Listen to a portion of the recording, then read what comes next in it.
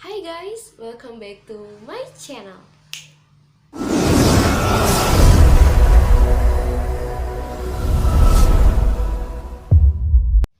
Hai guys, apa kabar? Kali ini gue bakal bahas kejadian-kejadian yang sering banget terjadi di sekitar kita, terutama di teman-teman kita nih, di subscribernya Nas, mengenai hal-hal yang pernah terjadi di sekitar kalian, tentunya hal-hal yang horor. Kemarin aku udah buka DM semuanya dari kalian, dan aku udah baca semua cerita dari kalian, dan aku bakal share ke teman-teman di sini yang kalian juga pengen tahu apa aja sih sebenarnya yang terjadi di sekitar teman-teman kita. Jadi kita gak usah lama-lama, langsung aja cus.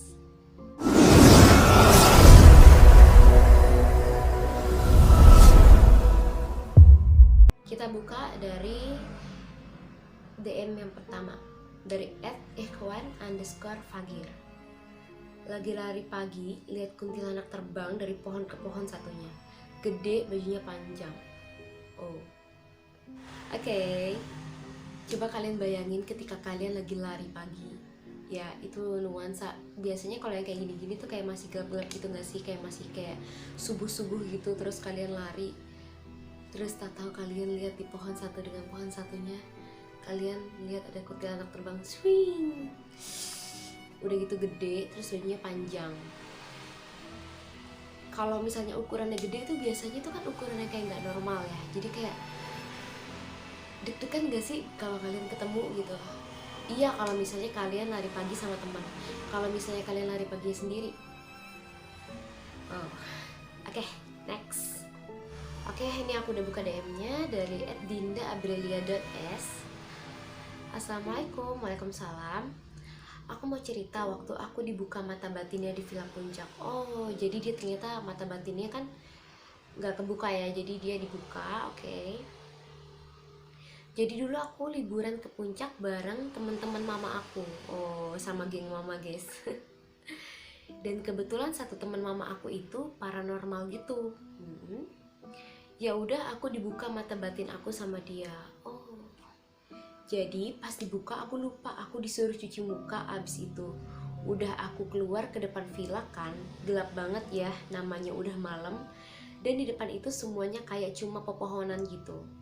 Namanya juga Villa Puncak, tahu deh suasananya kalau udah malam gimana. Ya tahu banget sih, buat kalian yang udah sering banget ya bolak-balik puncak ke villa-villa gitu, kalau malam tuh pasti suasananya, buat yang kalian tahu aja. Pas aku dibuka mata batinnya, awal yang aku rasain sih kakiku, seluruh badanku gemeteran, gak bisa berhenti. Dan aku bengong cuma lihat ke arah depan villa yang gelap banget. Taunya teman mama aku lihat Mbak Kuntilanak di atas saluran TV gitu. Itu pengalaman aku sih waktu dibuka mata batinnya. Tapi gak tahu sekarang udah ditutup apa belum. Pernah juga waktu aku kemah di Ragunan sama sekolahan aku kayak kesurupan gitu. Aku juga bingung kenapa aku bisa nangis sendiri, karena di situ pas perkemahan kayak jerit malam gitu. Oh, jurit malam gitu bukan sih? Ya gitu-gitu ya. Jadi di tengah-tengah api unggun dikelilingin sama siswa-siswa karena ada satu orang yang kesurupan. Jadi semua deh termasuk aku. Oh, jadi dia tuh juga termasuk salah satu orang yang kesurupan. Yang aku rasain, aku kayak mau nangis terus gitu. Dan pas aku mau ke kamar mandi, aku lihat orang gede banget di ujung lorong bumi perkemahan Ragunan. Dan temenku yang anterin aku ke kamar mandi langsung pada takut gitu. Itu jadi pengalaman aku banget sih waktu dibuka mata batin itu. Karena aku sampai sekarang penasaran sih kalau dibuka mata batinnya itu kayak gimana. Oke. Jadi kalau misalnya orang yang biasanya dibuka mata batinnya itu ya guys ya, mereka itu bakal ngalamin reaksi-reaksi yang memang kurang enak. Kayak dia kan kayak merinding, terus kayak mau nangis gitu kan. Ada juga dulu temanku yang pernah dibuka mata batin itu sampai pingsan. Baru dibuka langsung jebret gitu, langsung pingsan karena dia nggak kuat. So buat kalian jangan main-main sama mata batin. Jangan asal-asal kayak penasaran buka jangan. Oke? Jangan sembarangan, dan juga harus sama orang yang memang benar-benar bisa. Jangan cuma yang sekedar-sekedarnya aja, karena kalau ada apa-apa bahaya, bisa fatal. Next, ini ada dari @ahmadalka15. Yang horor itu kenangan mantan selalu aja ngeganggu. Oke guys, aduh si mantan. Oke, next. Ini aku dapat dari @umi_asgaf. Pernah waktu pindahan pas naik tangga itu kan depannya kaca. Pas lihat ke kaca di belakang ada cewek. Oh my god. Aduh. Itu kita lagi naik tangga ya. Terus depan tangga itu ada kaca gitu. Jadi kita kayak bisa ngaca gitu kan. Terus kita lagi naik tangga nih sendirian. Tahu-tahu pas kita lihat ke belakang ada cewek. Siapa yang ngikutin kita? Lumayan. Oke, next. Ada dari @ikla_sy. Pernah waktu itu cuma sesekalinya dan gak mau lihat lagi. Ada bayangan hitam masuk kamar. By the way lagi di kamar. Bukan cuma Ana yang lihat, tapi kakak juga. Oh, jadi mereka ini kakak beradik, ada di tempat yang sama, di lokasi yang sama, di kamar, dan mereka ngelihat penampakan itu masuk ke kamar mereka. Terus ini reaksi lanjutannya gimana nih? Diem aja gitu atau gimana? Nggak ngibrit gitu atau gimana? Apa cuma ada yang masuk? Oke. Apa cuma gitu doang?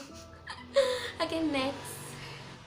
Dari @rika andriani 12. Lagi jalan-jalan naik motor, papasan sama mantan. Horor banget sih.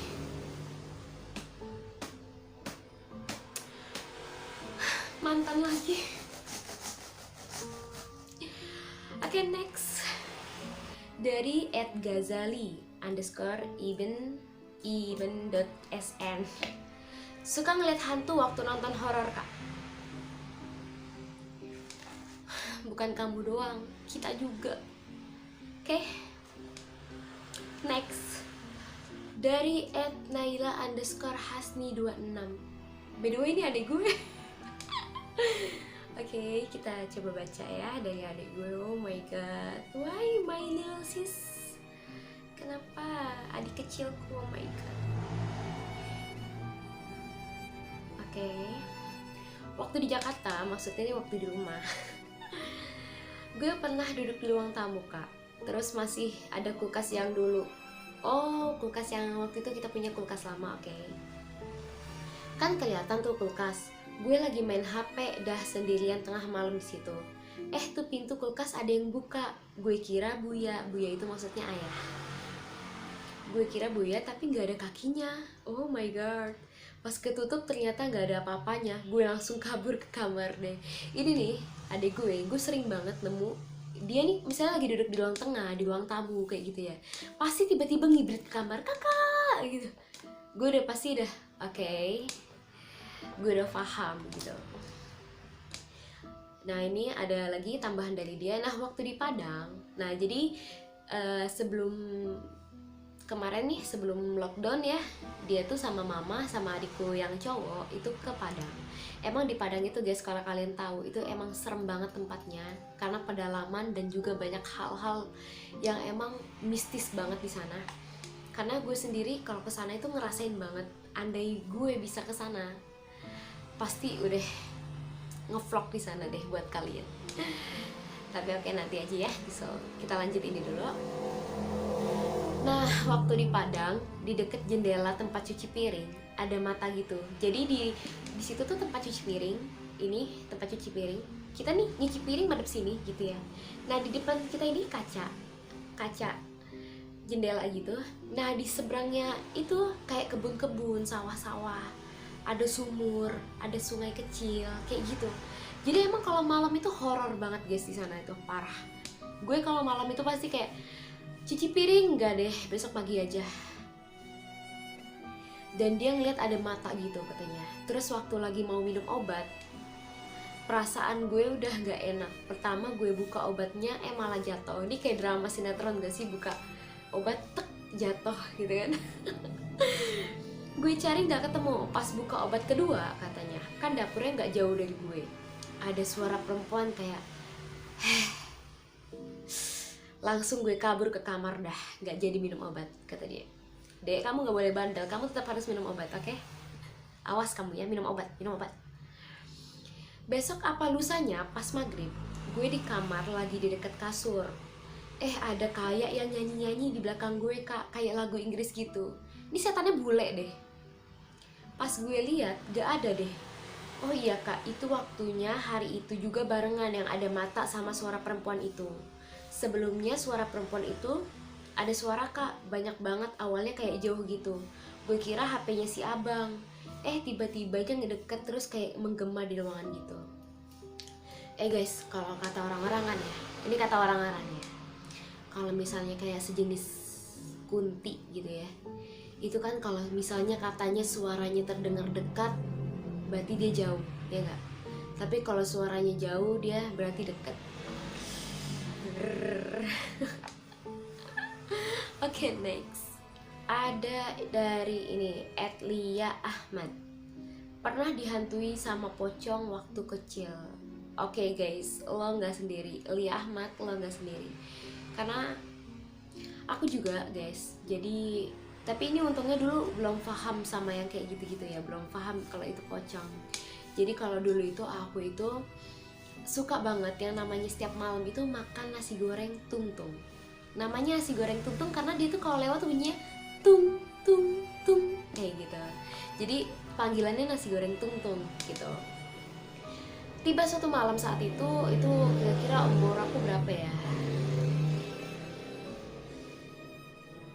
4 atau 5 tahun mungkin ya. Aku tuh taunya tuh dulu tuh yang jenis hantu kuntilanak sama satunya tuyul. Itu yang aku tahu, 2 jenis itu. Jadi aku nggak tahu kalau misalnya pocong itu dulu hantu. Untungnya belum tahu. Jadi memang guys, dulu di rumahku itu kan rumah kontrakan. Jadi di rumah itu gangnya masuk gang dan itu kecil, gangnya kecil. Paling kalau misalnya lewat itu ya cuma bisa 1 atau 2 motor. Kayak gitu. Mungkin 2 motor pun kalau mau lewat papasan gitu kayak harus ada yang ngalah sedikit gitu loh. Kayak ada yang agak berhenti sedikit saat satunya. Saking kecilnya itu gang. Jadi di depan rumahku itu ada beberapa gang. Jadi kayak gang gitu ke depan sana. Ke depannya itu ada kayak gang-gang kecil kayak gitu. Nah, jadi ada satu gang yang paling ujung di sebelah sana, gang yang paling horor kalau orang-orang situ bilang gitu. Jadi ya namanya anak-anak ya nggak sabar gitu, dan gue emang dari dulu tuh emang udah petakilan banget ya. Kalau misalnya sesuatu yang ditunggu itu nggak datang, pasti bawaannya pengen nyamperin. Karena posisinya aku tuh kayak denger bunyi tung-tung itu, jadi kayak tung tung tung tapi kok nggak lewat-lewat ya gitu ya. Namanya anak kecil kayak penasaran aja bawaannya kan. Sampai akhirnya aku berdiri jalan ke depan gang yang paling ujung. Aku lihat tuh ke ujung, aku lihat aja gitu kan. Aku lihat tuh ada yang loncat-loncat, tung tung tung. Apa itu ya? Nah, pas banget mama manggil, Kak, mama kan manggil aku kakak gitu kan. Kak, masuk Kak, nanti ada hantu loh, gitu sama mama. Oh iya mah gitu. Jadi aku jalan masuk ke rumah, dikunciin tuh gitu sama mama, dikunci biar aku nggak keluar lagi. Maksud mama nanti kalau ada nanti mama yang panggil, udah tenang aja gitu. Oke, gitu. Jadi aku duduk di jendela begini, nunggu aja kan, kayak nasi goreng mana gitu kan. Sampai pas aku lihat lagi nongol di jendela, itu pocong tadi lewat tung tung tung, berhenti pas di depan rumah aku. Pas di depan rumah aku dia noleh gitu. Terus dia muter balik gitu, tung tung tung tung. Bunyinya persis sama bunyi nasi goreng tung tung aku. Makanya aku pikir, apa itu tukang nasi goreng ya? Ngapain dia kayak gitu? Karena dulu emang gak paham.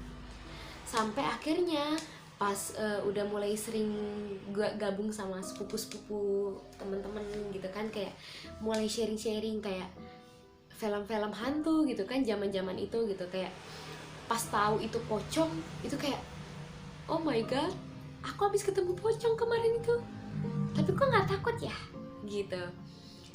Pas di Padang ketemu lagi, itu yang baru aku takut, dan itu yang sampai aku sakit 1 minggu. Oke, next. Ini ada dari Irma Wulandari 28 ya. Ini Wulandari kayaknya, oke.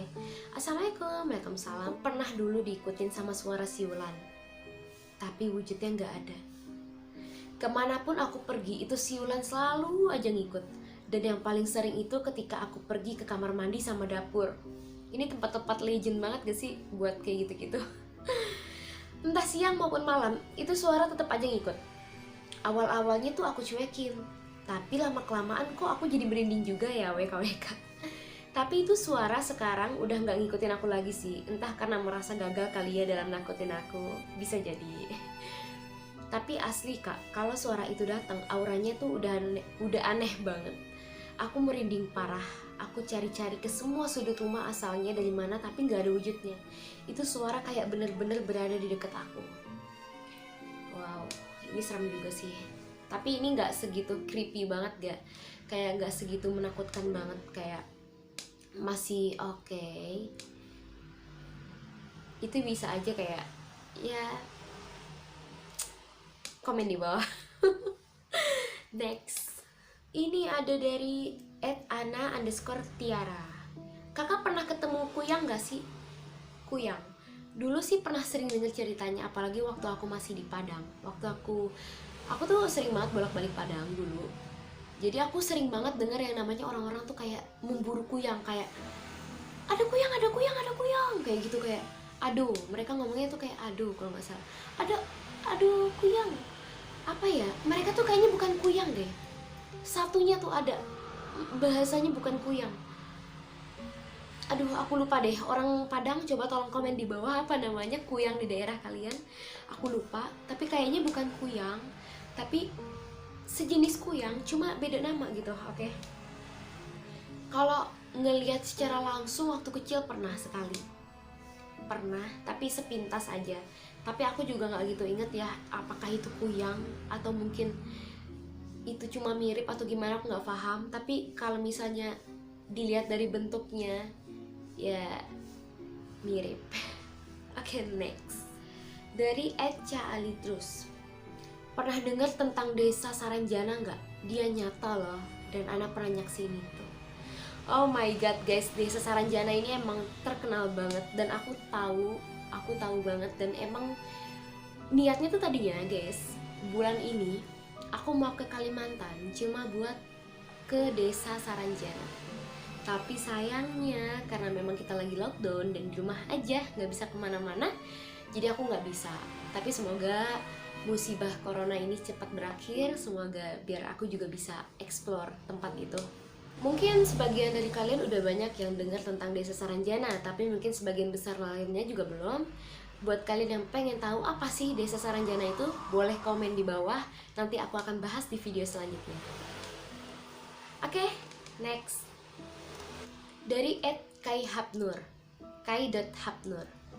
Lihat Doi sama yang lain horor banget itu kak. Itu bukan horor lagi, itu sakitnya tuh di sini. Oke, next, ya Allah. Salah satunya waktu aku tinggal di Bandung selama 2 bulan. Nah, ini dia, kalian harus dengerin. Tahun 2018 aku dimutasi kerja di Bandung.